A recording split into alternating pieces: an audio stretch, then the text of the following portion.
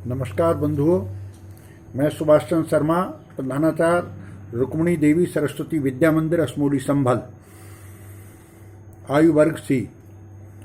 मुझे आज विचार प्रस्तुत करने हैं अपने नए भारत में शिक्षक शिक्षिकाओं के नए उत्तरदायित्व। बंधुओं, हमारा देश आर्यावर्त नाम से विख्यात था और संपूर्ण विश्व का इसने मार्गदर्शन किया है। कहा भी गया है कि यहाँ के गुरुकुलों से ऐसे विद्यार्थियों का निर्माण होता था जो देश को सर्वोच्चतम शिखर तक पहुंचाया करते थे। चाहे वो गुरु वशिष्ठ के आश्रम में रहकर राम लक्ष्मण भरत शत्रुघ्न का निर्माण हो, सांदीपन गुरु के आश्रम में रहकर भगवान कृष्ण का निर्माण हो, और चाहे चाणक्य के तक्षशिला गुरुकुल में रहकर चंद्रगुप्त का निर्माण हो। हमारे देश के ऐसे भी विद्यार्थी रहे जिन्होंने गुरु के आश्रम में रहकर माता के निर्देशन में माता के गुरुत्व भाव का स्वीकार करते हुए शेर के दांत गिन दिए बच्चों ने। वो महान प्रतापी भरत इस भारतवर्ष के चक्रवर्ती सम्राट थे। आज हमारे देश के शिक्षक शिक्षिकाओं के ऊपर ये उत्तरदायित्व है कि वर्तमान युग में विद्यार्थी को किस प्रकार से हम पंचमुखी शिक्षा प्रदान करते हुए बालक का सर्वांगीण विकास कर सकें। भारतवर्ष के अंदर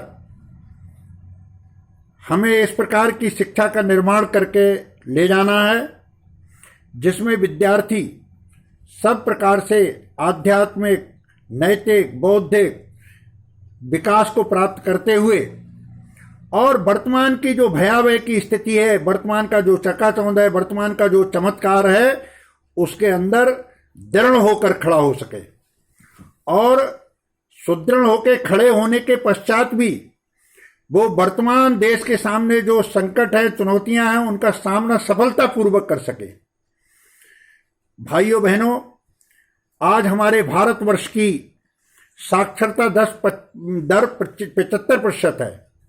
अधिकतम 94% केरल की है और न्यूनतम 64% बिहार की है।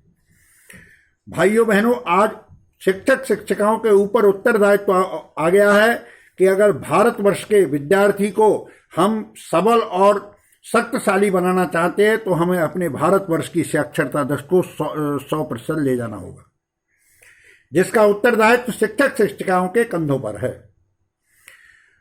शिक्षक शिक्षिकाओं को आज के वर्तमान के वैज्ञानिक युग में ठीक प्रकार खड़े होना पड़ेगा। प्राचीन काल में जो चीजें हमने नहीं पढ़ी थी, प्राचीन काल में जो यंत्र हमने नहीं देखे थे, आज वो हमारे आंखों के सामने हैं। अब से 6 वर्ष पहले हमको मोबाइल, जो स्मार्टफोन आ रहे हैं, उनको चलाना नहीं आता था, लेकिन आज हमने प्रयास करके, अभ्यास करके उनको चलाना सीख लिया है। आज कंप्यूटर है, उसको हम चलाना प्रारंभ कर चुके हैं। आज का शिक्षक अपने जो उत्तर प्रदेश शासन के द्वारा भारतवर्ष में कई प्रकार की शिक्षा को गतिविधि देने के लिए ऐप आ रहे हैं, जैसे दीक्षा ऐप है।